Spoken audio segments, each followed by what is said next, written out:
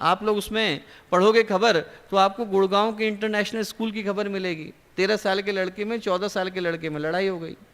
बच्चा लंच की छुट्टी में घर गया, पापा की रिवॉल्वर उठा करके लाया, दूसरे को गोली मार दी।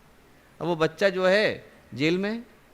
और ये घटना कहाँ की है? भारत के टॉप मोस्ट स्कूल्स में से एक की है, जो बड़े प्राइड के साथ कहते हैं कि साहब हम कैम्ब्रिज की एजुकेशन अपने यहाँ देते हैं। तो जिन जगहों पर, जहाँ पर विद्या के मंदिर थे, जहाँ पर माँ सरस्वती का वास था, जहाँ पर हम गुरुओं के माध्यम से अपने जीवन जीने की कला और विज्ञान को सीखते थे, वहाँ पर ये घटनाएं घट रही। इन घटनाओं को देख कर के मन में दुख होता है बेटा। दुख इसलिए होता है कि समाज को बदलने की आवश्यकता है, समाज ऐसा नहीं होना चाहिए। तो मैं कहता हूँ एक प्रश्न हम लोग पूछ करके देखें कि किसी जमाने में इस देश में मीरा अपने घर को छोड़ करके, रजवाड़े को छोड़ करके राजस्थान से संगीत गाती, भजन गाती, अकेली वृंदावन पहुंच गई। आज की तारीख में इस देश की महिलाएं अपने घर की चौखट से गली के मोड़ तक जाने में घबराती। बहन जाएगी तो पीछे पीछे भाई को मोटरसाइकिल को लेकर के जाना पड़ता है। कहाँ का पागलपन है ये? कहाँ का पागलपन है? और इसको हम बर्दाश्त कैसे कर लेते हैं? इसको हम लोग नॉर्मल कैसे मान लेते हैं कि इस समाज में ये चीज़ें बिल्कुल वाजिब हैं और चलनी चाहिए? बहन जा रही है, पीछे पीछे भाई को जाना पड़ता है। कोई बेटी जाएगी, पीछे पीछे माँ बाप को जाना पड़ता है। कैसे संभव है? और इसी देश में मीरा आराम से अकेली रजवाड़े को छोड़कर, रानी थी, राजकुमारी थी, गाती हुई पहुँच गई। ये देश जहाँ पर कभी रानी लक्ष्मीबाई ने, रानी दुर्गाबाई ने, रानी अहिल्याबाई ने, महारानी होलकर ने अपने देश के ऊपर बुरी आंख रखने वालों की आंखें निकाल ली थी, वहाँ पर आज की तारीख में महिलाएं निकलती हैं तो लोग फप्तियाँ कसते हैं, तेजाब फेंकते हैं, बदसलूकी करते हैं। कहाँ का पागलपन है? कहाँ का पागलपन है?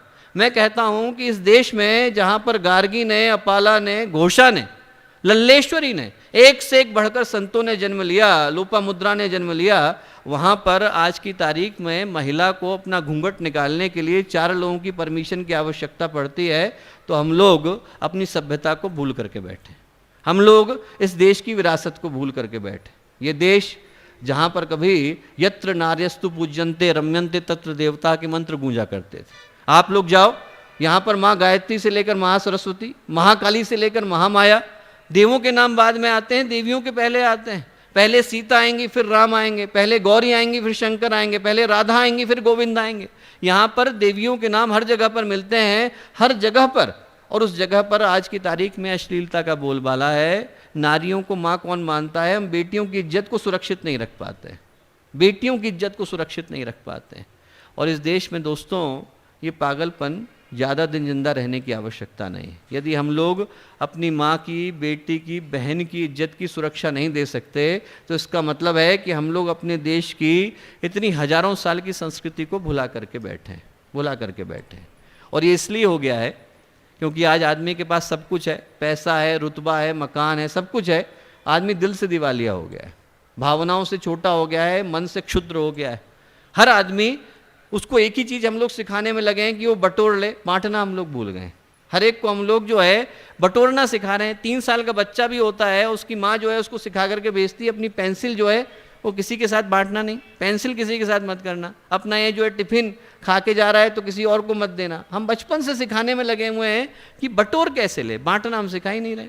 और आदमी के पास सब कुछ आ जाए तो सब कुछ आ जाने के बावजूद आदमी के मन में शांति नहीं आती। यहाँ पर रावण भी थे जो 9 ग्रहों के स्वामी थे, यहाँ पर दुर्योधन भी थे, यहाँ पर बड़े बड़े लोग आए, बड़े बड़े चले गए, यहाँ पर महिषासुर भी थे, चंडमुंड भी थे, शुंभ निशुंभ भी थे, पूरी धरती पर कब्जा करके बैठे थे, वो लोग नहीं रह पाए। सब कुछ होने के बावजूद यदि आदमी के मन में दरिद्रता रह जाती है तो आदमी अमीर नहीं बन पाता। रावण की कहानी बेटा आप लोगों को पता होगी कि 9 ग्रह का स्वामी था, 9 ग्रह के महल उसके पास थे, 27 नक्षत्र उनके भी महल उसके पास थे। सोने की लंका बनाई उसके कजिन ने, कुबेर ने, भगवान शिव को गिफ्ट करने के लिए गया। भगवान शिव ने कहा कि भैया मैं तो समाधि लगा के बैठता हूँ, मुझे सोने की लंका की क्या आवश्यकता है। तो रावण वहाँ पहुँच गया। रावण बोला साहब मुझे दे दीजिए, मुझे बड़ी अच्छी लग रही है। तो कुबेर बोला कि पहले ही 36 महल लेकर के बैठा है, 9 ग्रह के इसके पास हैं, 27 नक्षत्र के इसके पास हैं, ये मिल भी जाएगा तो करेगा क्या। तो भगवान शिव बोले यही तो बात मैं बोल रहा हूँ, जिसको 36 से संतोष नहीं मिला उसको 37वें से भी संतोष नहीं मिलेगा। दिल का खाली रहने वाला है, इसको ये महल ले जान दो, आप इसको सोने की लंका ले जान दो, आदमी पे सब हो जाए बेटा। यदि दिल की दरिद्रता रह जाती है तो आदमी अमीर नहीं बन पाता। और ये बात मैं इसलिए कह रहा हूँ कि जब गुरुदेव ने 21वीं सदी नारी सदी की बात कही तो इसी दिल की अमीरी के लिए कही। नारी जिस चीज़ का प्रतीक है वो मनुष्य के भावनात्मक नवनिर्माण का प्रतीक है। हमारी संवेदनाओं को अंदर से बदलने की आवश्यकता है। आज आदमी के पास सब है, सुख है, साधन है, पैसा है, बड़ी बड़ी चीज़ें हैं, बड़े बड़े घर हैं, पर आदमी यहाँ से कंगाल हो गया है। उसका दिल बिल्कुल दिवालिया हो गया है, मन छोटा हो गया है। यहाँ के दरवाजे हर कोई बंद करके बैठा है, उनको खोलने की आवश्यकता है।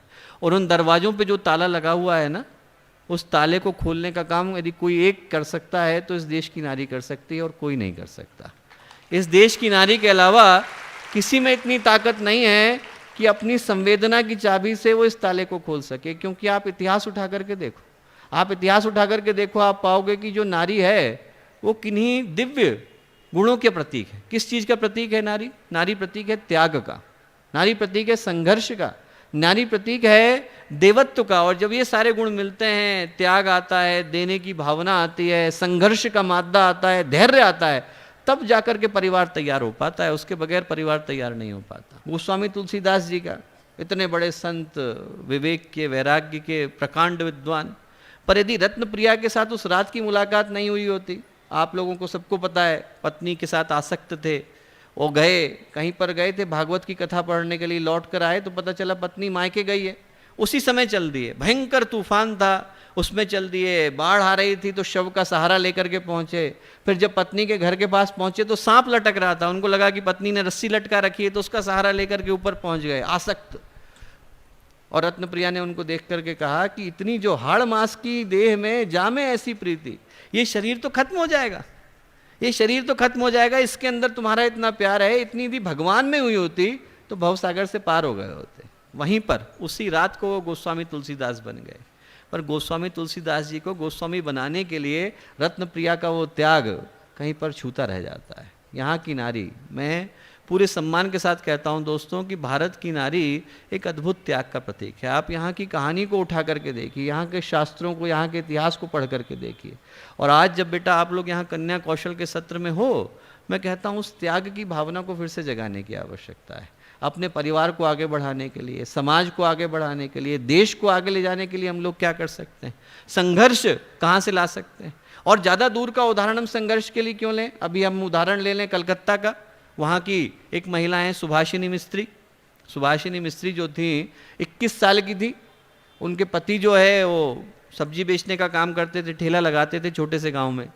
4 बच्चे थे, पढ़ी लिखी नहीं थी, बिल्कुल अनपढ़। और पति को बीमारी हुई, हॉस्पिटल लेकर के गए। जब तक हॉस्पिटल पहुँचते वो और उनको इलाज मिलता तब तक बेचारे का देहांत हो गया। अब वो जो 21 साल की महिला जो विधवा हो गई, गांव में, छोटे से गांव में सब्जी बेचने का काम करती थी, उसने संकल्प लिया कि मैं अपने गांव के अंदर हॉस्पिटल खोलूंगी। कल्पना करके देखो आप, संभव है? बिल्कुल संभव नहीं कि कोई महिला जो विधवा हो गई हो, 21 साल की उम्र में, 4-4 बच्चे पालने के लिए हो, छोटे से गांव में रहती हो, सब्जी बेचती हो, संभव नहीं है कि वो अपने पैसों से अपने गांव में हॉस्पिटल खोले। और सुभाषिनी मिस्त्री ने क्या किया है कि एक एक पैसा बचा बचा करके रखना शुरू करा। मन में भाव था, संकल्प था कि मैं जो भी ये जितना पैसा मिल रहा है इसको इस हॉस्पिटल बनाने के लिए लगाऊंगी। कुछ ऊपर वाले की कृपा हुई, भगवान का आशीर्वाद हुआ। उनका जो 3 नंबर का लड़का था अजय, डॉक्टर बन गया, MD की डिग्री भी मिल गई, जॉब भी हो गई। जॉब मिलने के बाद उसने छोड़ी जॉब और वापस गांव को चला गया। गांव पहुंचा और उसके जितने मित्र थे, प्रोफेसर्स थे, सहयोगी थे, उनको लगा कि इतनी बढ़िया जॉब थी, छोड़ के क्यों गया। गए वो देखने के लिए। पहुंचे गांव में तो उनको सुभाषिनी मिस्त्री की कहानी पता चली। महिला जिसने 47 साल से अपने लिए साड़ी नहीं खरीदी थी, बच्चों के लिए कुछ कपड़े नहीं खरीदे थे, घर के लिए बर्तन भांडा कुछ नहीं खरीदा था। जो जो मिला, 5 रुपये मिले, 10 रुपये मिले, 1 पैसा मिला, 20 पैसा मिला, उनको वो जोड़ती चली गई कि मैं अपने गांव में हॉस्पिटल खोलूंगी। 22,000 रुपये बचा पाई थी। 47 साल हो गए, 47 साल में 22,000 रुपये बचा पाई थी। आप बड़े बड़े शहरों में चले जाओ तो आपको ढंग का कमरा भी नहीं मिलेगा 1 महीने के लिए किराए पर। हॉस्पिटल खोलना तो बहुत दूर की बात। पर जब लोगों को पता चला कि साहब एक महिला ऐसी है जिसके अंदर इतना संघर्ष का, संकल्प का बल है और पढ़ी लिखी भी नहीं है, तो लोगों ने कहा कि साहब हम देंगे। डॉक्टरों ने कहा हम फ्री में इलाज करेंगे, हम निःशुल्क आएंगे देखने के लिए। किसी ने कहा कि साहब आप मेरी ज़मीन ले जाओ, किसी ने कहा आप मेरी बल्ली ले जाओ, किसी ने कहा आप सीमेंट ले जाओ, किसी ने कहा आप ईंटें ले जाओ, किसी ने कुछ दे दिया, किसी ने कुछ दे दिया। और उन महिला ने आज से 12 या 13 वर्ष पहले अपने गांव में पहला हॉस्पिटल खोला, humanity hospital, from poor for poor, गरीबों के लिए, गरीबों के द्वारा। ये इस देश की नारी का संकल्प। आप में से हर कोई बेटा इस कन्या कौशल सत्र के माध्यम से उस संकल्प को लेकर के जा सकता है। जिस भावना को हमें लेकर के जाने की आवश्यकता है, त्याग की भावना को लेकर के जाने की आवश्यकता है। इस भाव को लेकर के जाने की आवश्यकता है कि हम में से हर एक के अंदर एक छोटा सा संकल्प आ जाए, पर अच्छा आ जाए, और उस पर हम संघर्ष के साथ, पूरे समर्पण के साथ जिंदगी भर के लिए डट जाएं, तो हम हजारों का जीवन बदल सकते हैं। आप लोगों ने हजारीबाग का नाम सुना होगा। एक हजारी नाम के किसान के कारण बसाया गया है। सुबह शाम खेत पर जाते थे, 2 आम के पेड़ सुबह लगाते थे, 2 शाम को लगाते थे। अपनी जिंदगी में 87,000 पेड़ एक व्यक्ति ने लगाए, पूरा हजारीबाग बस गया। आप में से किसी के अंदर भी ये संकल्प आ जाए कि मुझे कुछ अच्छा करना है, तो आप न जाने कितनों का जीवन बदल सकते हो। और ये सब होने के बाद बेटा, जब त्याग आता है, संघर्ष आता है, जब नारी का ये गुण आता है, देने का भाव आता है, तब जाकर के असली परिवार बन पाता है। वो परिवार नहीं जो हम आज की तारीख में देखते हैं। लोग लड़ रहे हैं, घर में लड़ाई झगड़ा हो रहा है, बड़ों का सम्मान खत्म हो गया है, बच्चों को पता नहीं कि उनको जीवन को किस दिशा में लेकर के जाने की आवश्यकता है, संस्कार हमें पता नहीं कहाँ को जा रहे हैं। वो परिवार नहीं। परिवार तब होता है जब उसके बीच में संस्कृति का ये भाव होता है। आपको बताऊं कि यदि परिवार गलत हो जाए तो सारी बुरी चीज़ें वहाँ से पैदा होती हैं। जितने राक्षस हैं वो सारे के सारे एक परिवार से निकल कर के आए। रावण के ही खानदान से खरदूषण निकल कर के आए, वहीं से कुंभकर्ण निकल कर के आया, वहीं से मेघनाद निकल कर के आया। सारे सारे राक्षस, 1 लाख पूत 1.25 लाख नाती।